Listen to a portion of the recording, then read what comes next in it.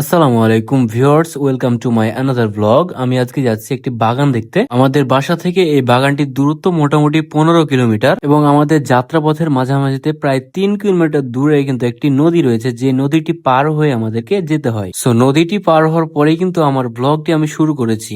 দিনটি ছিল খুবই সুন্দর এবং রৌদ্রোজ্জ্বল, যার ফলে আমাদের ভিডিওটি কিন্তু খুব সুন্দর হয়েছিল। একই সাথে রয়েছিল খুব সুন্দর বাতাস, যে বাতাস আমাদেরকে এই রৌদ্রোজ্জ্বল দিনও কিন্তু গরম অনুভূত হতে দেয়নি। শুরুতে যখন আমরা নদী পার হচ্ছিলাম তখন কিন্তু আমরা খেয়াল করেছিলাম যে নদীতে খুব বেশি একটা কচুরিপানা নেই। একই সাথে নদীর পানিগুলো খুবই নিট অ্যান্ড ক্লিন ছিল, যার ফলে নদীর পানিতে সূর্যের আলো পড়ায় নদীর জল কিন্তু ঝিকিমিকি ঝিকিমিকি করছিল, যেটাকে বলা হয় প্রতিফলন। নদীতে নৌকা চলার সময় নৌকার সামনে বা পিছনের সাইড দিয়ে পানিগুলো যেভাবে কেটে যাচ্ছিল, সূক্ষ্ম দৃষ্টিতে দেখলো কিন্তু এটাও খুব সুন্দর একটি দৃশ্য। নদী পার হওয়ার পরে আমরা ধাইনাগর ঘাট থেকে চলে যাচ্ছিলাম মহিপুরের দিকে এবং সেই রাস্তার কিছুটা দৃশ্য আপনাদেরকে দেখালাম।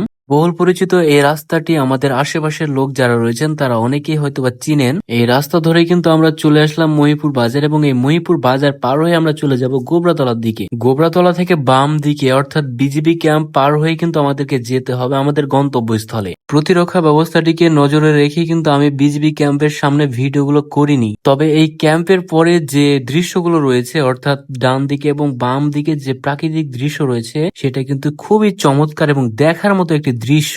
ওই সময়টি ছিল ধানের শীষ ফোটার সময়, অর্থাৎ ধানের শীষের যে সুগন্ধ সেটা কিন্তু বাতাসের সাথে আমাদের নাকে ভেসে আসছিল।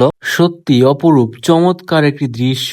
এই দৃশ্যটির দিকে তাকাচ্ছিলাম এবং একটি গানের লাইন কিন্তু আমার মাথার মধ্যে ঘুরছিল। সেই লাইনটি হচ্ছে, এ কি অপরূপ রূপে মা তোমায় হেরিনু পল্লী জননী। সত্যি আমাদের গ্রাম বাংলার যে প্রাকৃতিক দৃশ্য তা কিন্তু অন্যান্য দৃশ্যকে হার মানায়। পরে আমরা একটি জায়গায় দাঁড়িয়েছিলাম যেখানে একটা নিম গাছকে লক্ষ্য করলাম, যে নিম গাছের কিন্তু সেই সময় ফুল ফুটছিল। প্রকৃতিতে বেড়ে ওঠা যে গাছগুলোর আমরা সুযোগ সুবিধা গ্রহণ করে থাকি তার মধ্যে নিম গাছ সবচাইতে বেশি অবহেলিতদের মধ্যে অন্যতম। তবে নিম গাছের যে সাদা ফুলের সৌন্দর্য সেটি কিন্তু আমার নজর কাটতে ভুল করেনি, এক চুলো ছাড় দেয়নি। ক্যামেরার লেন্সে হয়তোবা খুব বেশি স্পষ্ট হলো না, তবে এই সৌন্দর্য কিন্তু খুবই মনোমুগ্ধকর ছিল। What a spectacular view that was, it's really sublime beauty.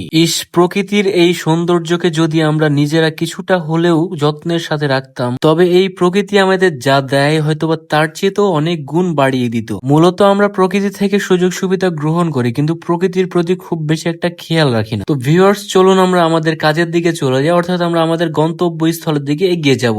আমাদের বাইকটি কিন্তু আর আমরা নিয়ে যেতে পারবো না, অর্থাৎ আমাদের বাইকটি নিয়ে যাওয়ার যে রাস্তাটি সেটি কিন্তু কাদা হয়ে রয়েছে, তাই আমাদের গন্তব্যস্থলের বাকি পথটুকু কিন্তু আমরা হেঁটেই যাব, অর্থাৎ পায়ে হেঁটে যাব। প্রকৃতি সুন্দর, সত্যি খুব সুন্দর, বলা যায় ভয়াবহ সুন্দর। প্রকৃতির সৌন্দর্য আপনাকে যতটুকু মুগ্ধ করবে এতটা মুগ্ধ হয়তো বা আপনাকে অন্য কিছু আর করতে পারবে না। কেননা প্রাকৃতিক পরিবেশে যতবার গিয়েছি ততবারই কিন্তু আমি সৌন্দর্যের প্রেমে পড়েছি। কেননা সামনের বৃক্ষগুলো কতটা মায়া করে আমাদের জন্য ছায়া জুগিয়ে রেখেছে। এই গাছগুলো নিচ দিয়ে যখন হেঁটে যাচ্ছিলাম তখন আমরা কিন্তু খুব শীতল অর্থাৎ এসির মতো একটা ফিল পাচ্ছিলাম।